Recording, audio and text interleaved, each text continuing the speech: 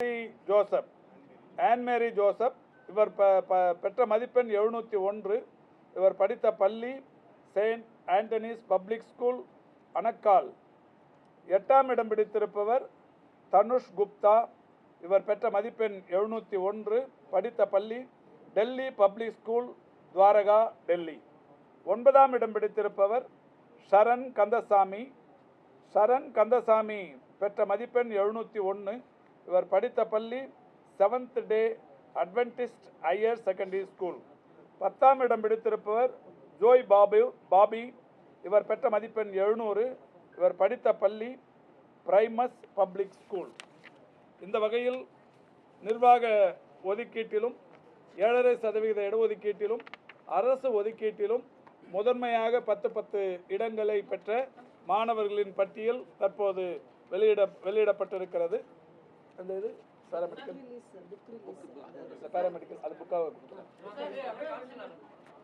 இப்போ புக்கு கொடுக்குறோம். இல்லை ரிலீஸ் பண்ணிவிடுவோம். அந்த டீட்டெயில்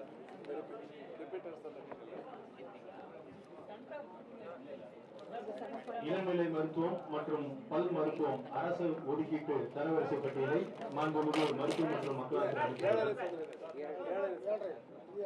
இளநிலை மருத்துவம் மற்றும் பல் மருத்துவம் 7.5% அரசு பள்ளி மாணவர்களுக்கான தரவரிசை பட்டியலை மாண்புமிகு அமைச்சர் அவர்கள் வெளியிடுகிறார்கள்.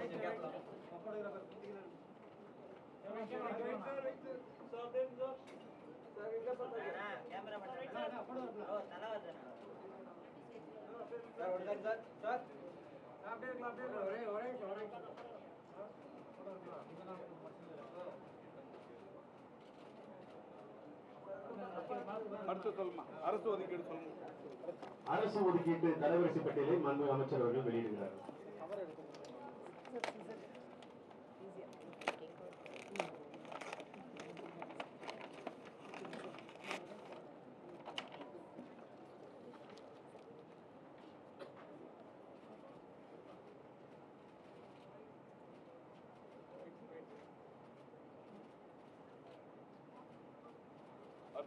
அடுத்ததாக நிர்வாக ஒதுக்கீட்டு தரவரிசை பட்டியலை மாண்புமிகு அமைச்சர் அவர்கள் வெளியிடுகிறார்கள்.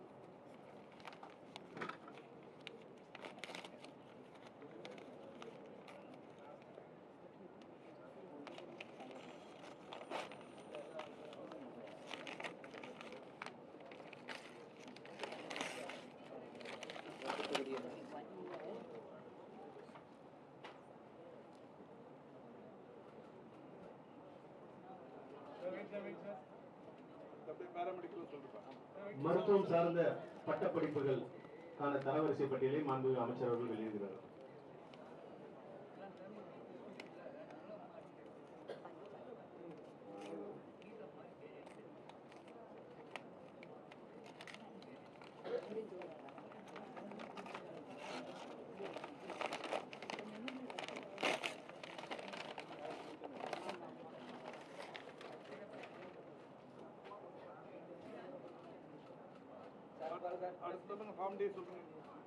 அடுத்ததாக ஃபார்ம் டி பட்டப்படிப்புக்கான தரவரிசை பட்டியலை மாண்புமிகு அமைச்சர் அவர்கள் வெளியிடுகிறார்.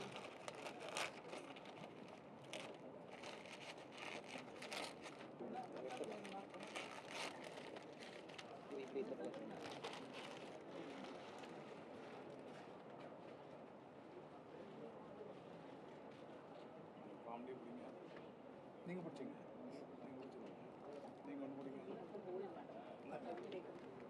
நிர்வாக ஒதுக்கீடு நீங்க பிடிங்க.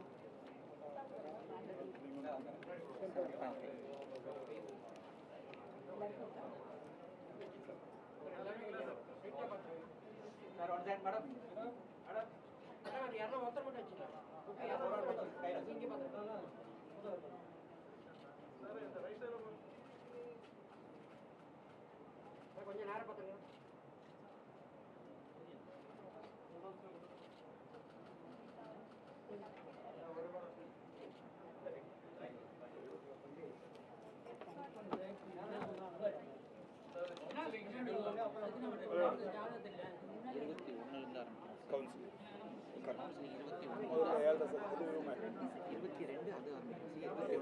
மாற்றுத்திறனாளிகள்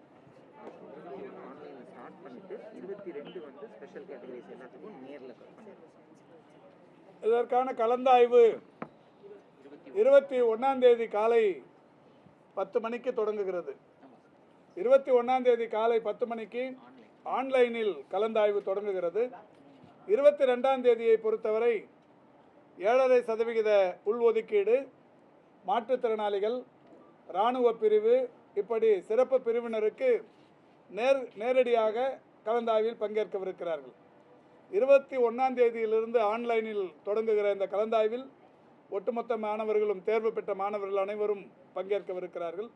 சிறப்பு பிரிவினர்களை பொறுத்தவரை இந்த 7.5% இடஒதுக்கீடும், மாற்றுத்திறனாளிகளும், இராணுவ பிரிவினரும், விளையாட்டு பிரிவைச் சேர்ந்த அதில் வெற்றி பெற்ற மாணவர்களும் கூட நேரடியாக அந்த 22ஆம் தேதி காலை தொடங்கி ஓமந்தூரார் அந்த பன்னோக்கு மருத்துவமனை வளாகத்தில் இருக்கிற ஒரு அரங்கில் அந்த இது நடைபெறவிருக்கிறது. அது 22 ஒரே நாளில் முடிந்தாலும் முடிந்துவிடும், இல்லை என்றால் தொடர்ந்து 23ஆம் தேதியும் அது 22ஆம் தேதி முழுமை பெற்றுவிடும் என்று கருதுகிறோம்.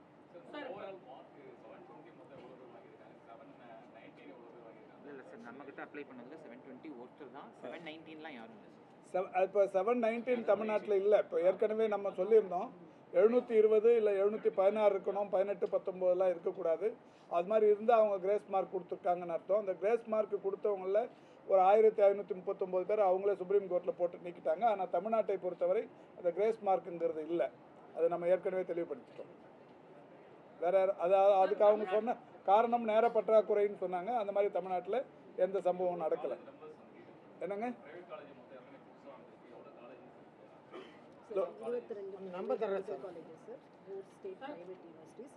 இப்போ 36 அரசு மருத்துவ கல்லூரிகள், 1 இஎஸ்ஐ, 22 தனியார் மருத்துவக் கல்லூரிகள், சுயநிதி கல்லூரிகளை பொறுத்தவரை 4 பல்கலைக்கழகங்கள்.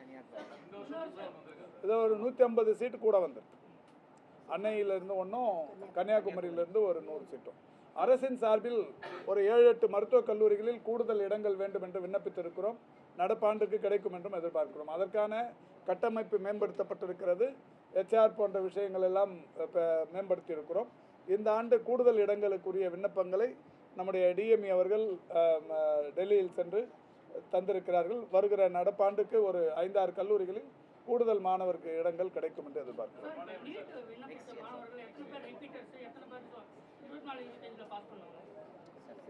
2024-25 பொறுத்தவரை, அதாவது அரசு ஒதுக்கீட்டிற்கு தேர்வாகி இருப்பவர்கள் 472 பேர். ஓல்டு 7791 பேர். இந்த வருடம் 7791 பேர். பழைய மாணவர்கள், அது 2024க்கு முன்னர் இருந்த மாணவர்கள் 21,028 பேர். 7.5% பொறுத்த வரைக்கும் 472 இந்த ஆண்டுக்குரியவர்கள். இதற்கு முந்தைய ஆண்டுகளில் இருந்து வந்தவர்கள் 3029 பேர்.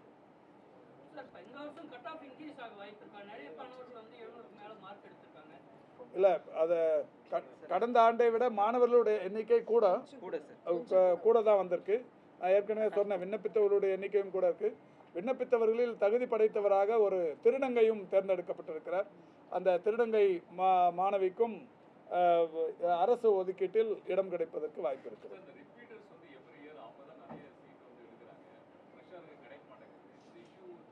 இல்லை, அதுக்கு தான் நீட்டு வேணாங்கிறோம். அதுக்கான முயற்சிகள் மேற்கொள்ளப்பட்டு வருகிறது. நிச்சயமாக நீட்டுக்கு விலக்கு கிடைக்கும் போது நீங்கள் நினைக்கிற ஃப்ரெஷர்ஸுக்கும் கிடைக்கும், அரசு பள்ளி மாணவர்களுக்கும் கிடைக்கும், கிராமப்புறங்களில் பரிதவிக்கிற மாணவர்களுக்கும் நல்ல வாய்ப்பு இருக்குது. அதற்கான எல்லா முயற்சிகளையும் அரசு தொடர்ந்து எடுத்து வருகிறது.